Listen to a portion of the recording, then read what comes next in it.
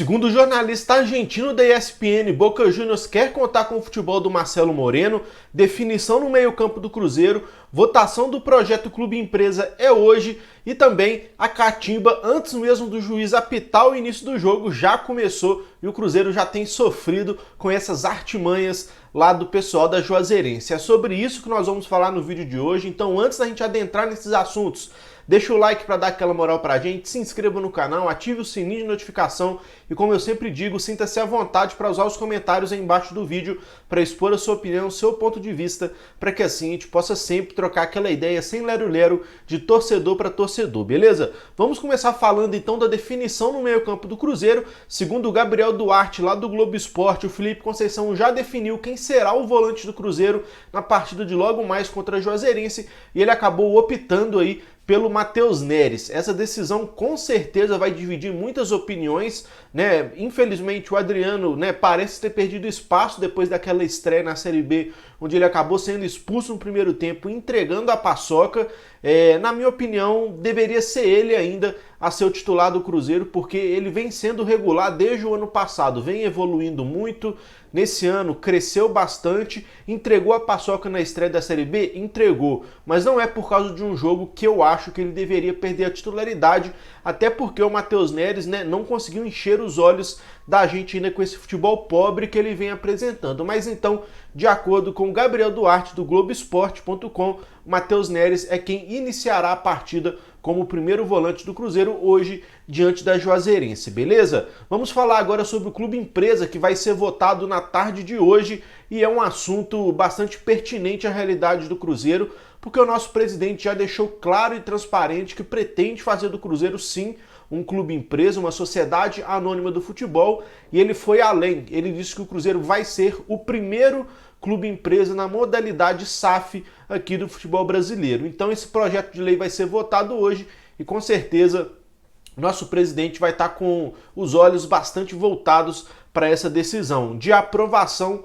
ou não. Eu particularmente ainda tenho um pé muito atrás com relação a isso. Eu preferiria que o Cruzeiro se reerguesse sendo uma associação desportiva como é hoje, porque se mal administrado após ser um clube empresa, a gente pode realmente vir à falência, coisa que é muito difícil de acontecer nos moldes atuais que o Cruzeiro se encontra. Então, né, a gente tem que parar para ver e analisar os ônus e bônus, mas eu trouxe aqui uma pequena observação que eu li em uma matéria hoje, apenas para apresentar para vocês um ponto sobre a retenção de impostos. Por exemplo, hoje o Cruzeiro tem mais ou menos que pagar 10% de alíquota de imposto. Nos primeiros 4 anos, como SAF, de 10% baixaria para 5% sobre as receitas que o clube tem. Nos próximos 5 anos, esse 5% cairia para 4%. Entretanto, apesar dessa queda de 5% para 4%, as receitas oriundas de venda de jogadores também seriam aplicadas esses 4%. Então, não necessariamente há uma queda, e sim possivelmente uma subida, uma vez que vai ser incidido esses 4% também na venda de atletas. E aí, após 9 anos, que é o primeiro prazo de 4 e o segundo de 5, após 9 anos, esses 5% e esses 4% se tornariam 30%, 3 vezes o que o Cruzeiro paga hoje de imposto. Então, no curto e médio prazo é algo interessante, cai bastante, cai pela metade, mas a longo prazo é algo que vai triplicar a alíquota de impostos que o Cruzeiro paga hoje. Então, é apenas uma observação nesse projeto de lei que eu quis trazer para vocês, porque pode ser interessante para o Cruzeiro? Pode. Captação de recursos? Pode.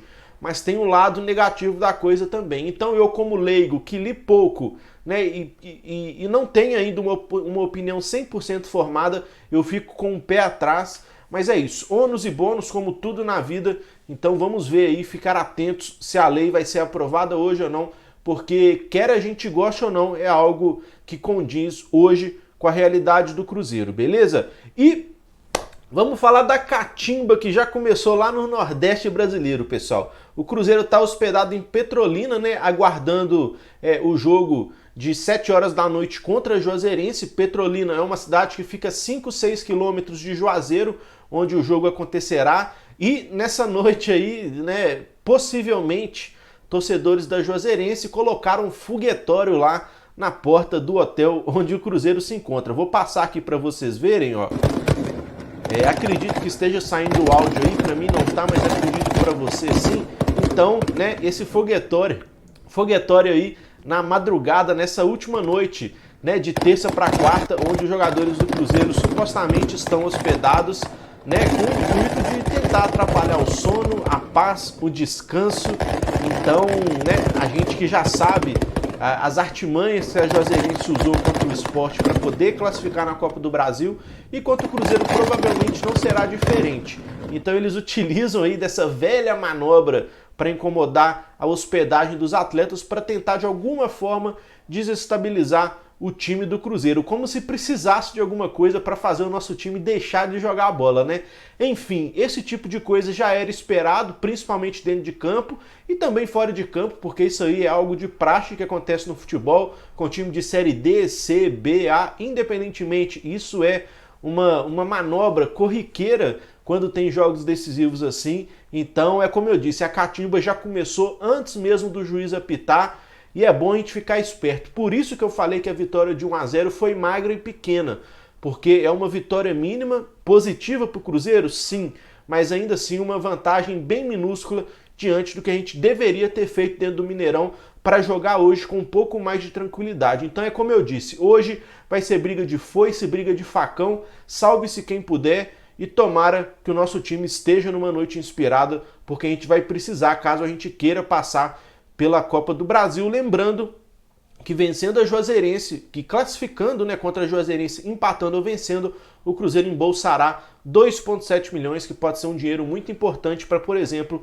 a gente pagar uma folha salarial que seja, beleza? E o Boca Juniors está de olho no atacante Marcelo Moreno, viu, pessoal? Isso mesmo. Marcelo Moreno não serve para o Cruzeiro, mas teoricamente serve para o Boca Juniors. Para quem vem acompanhando aí, o Marcelo Moreno é o artilheiro das eliminatórias da Copa, né? Tendo feito 6 gols em 5 jogos, então uma média excelente, né? Nem de perto o que ele vinha fazendo no Cruzeiro, e diante disso cabem muitos questionamentos sobre o fato do Marcelo Moreno estar sendo mal aproveitado no Cruzeiro. Uma coisa a gente tem que pontuar e deixar claro: nas oportunidades que ele teve aqui, ele não entregou o que a gente esperava, né? A bola chegava no pé dele ali e a jogada de ataque meio que morria e tal, ele era pouco acionado lá na frente e muito menos ainda davam bola em condições para ele finalizar a gol, então ele acabava saindo muito da área, buscando o jogo onde realmente não é a área de atuação dele dentro de campo. Na seleção da Bolívia, sempre que tem jogo ele faz gol, é impressionante, de cabeça, de pênalti, com a bola nos pés, do meio de campo, do outro gol, enfim, o Marcelo Moreno desembola a fazer gol na seleção da Bolívia e levanta o questionamento se ele está ou não sendo bem aproveitado aqui no Cruzeiro. E isso se estende para outros atletas também, né, pessoal? Marcelo Moreno não é o único dos casos de jogadores que estão sendo mal aproveitados, mal posicionados dentro de campo. Temos o próprio Marcinho, que jogou deslocado, diferentemente do que ele fazia no Sampaio Corrêa do ano passado, e com isso o rendimento não foi o mesmo. O próprio Matheus Barbosa, muito criticado, no Cuiabá do ano passado ele jogava um pouco mais recuado, e nesse ano com o Felipe Conceição ele tem jogado praticamente como meia / ponta direita. Então são jogadores que têm alguma qualidade, mas que aqui no Cruzeiro não estão jogando em sua melhor posição dentro de campo. Então, pergunto a vocês, o Marcelo Moreno pode ser útil ao time do Cruzeiro? Na minha opinião, eu já venho falando isso, não é de hoje. Na minha opinião, Marcelo Moreno deveria receber uma sequência, mas jogando na sua posição de origem, ficando mais dentro da área, encarregado de fazer gols e, obviamente, de incomodar os zagueiros também quando eles têm a bola. Assim como o Marcinho, que na minha opinião deveria jogar mais solto no meio-campo, tendo liberdade para articular o time do Cruzeiro e não com aquela incumbência de fazer marcação, acompanhar a lateral, acompanhar a meia.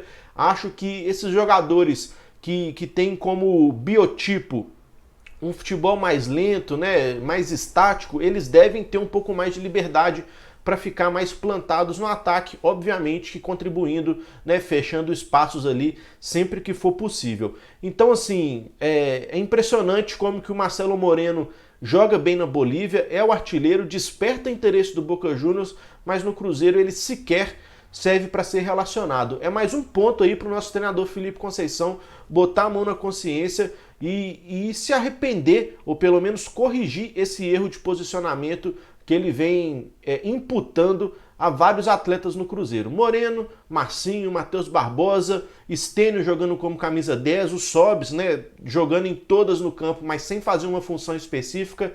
Enfim, é o que eu disse, a gente não tem o melhor elenco da Série B, mas também não tem o pior, a gente não deixa a desejar para nenhum outro. Entretanto, passa muito pelas mãos do Felipe Conceição saber posicionar as peças que tem dentro de campo. Dá para extrair muito mais desse time do Cruzeiro do que ele vem fazendo até aqui. Então, fechando a notícia, Marcelo Moreno desperta interesse do Boca Juniors da Argentina, segundo o jornalista César Augusto da ESPN, lá da Argentina. Ele particularmente cobre o Boca Juniors, dando informações à ESPN lá da Argentina, beleza? Use os comentários aí para expor a sua opinião sobre qualquer um dos temas desse vídeo, sobre Marcelo Moreno, Clube Empresa, Neres no meio, Foguetório / Catimba da Juazeirense. Se inscreva no canal, dê o like para dar aquela moral pra gente. E lembrando que hoje, no intervalo do jogo, acabou o primeiro tempo, corre aqui pro canal, porque tem a live de intervalo pra gente poder repercutir o que aconteceu nos primeiros 45 minutos. E pós-jogo hoje não tem live, vai ser um vídeo aí de mais ou menos 7, 10 minutos, dando o meu parecer sobre a partida, e aí sim, amanhã, 8 horas da noite, a gente, de uma forma mais geral e ampla, discute e repercute o que aconteceu na partida, beleza? Fico por aqui, aquele abraço, tamo junto, é nóis!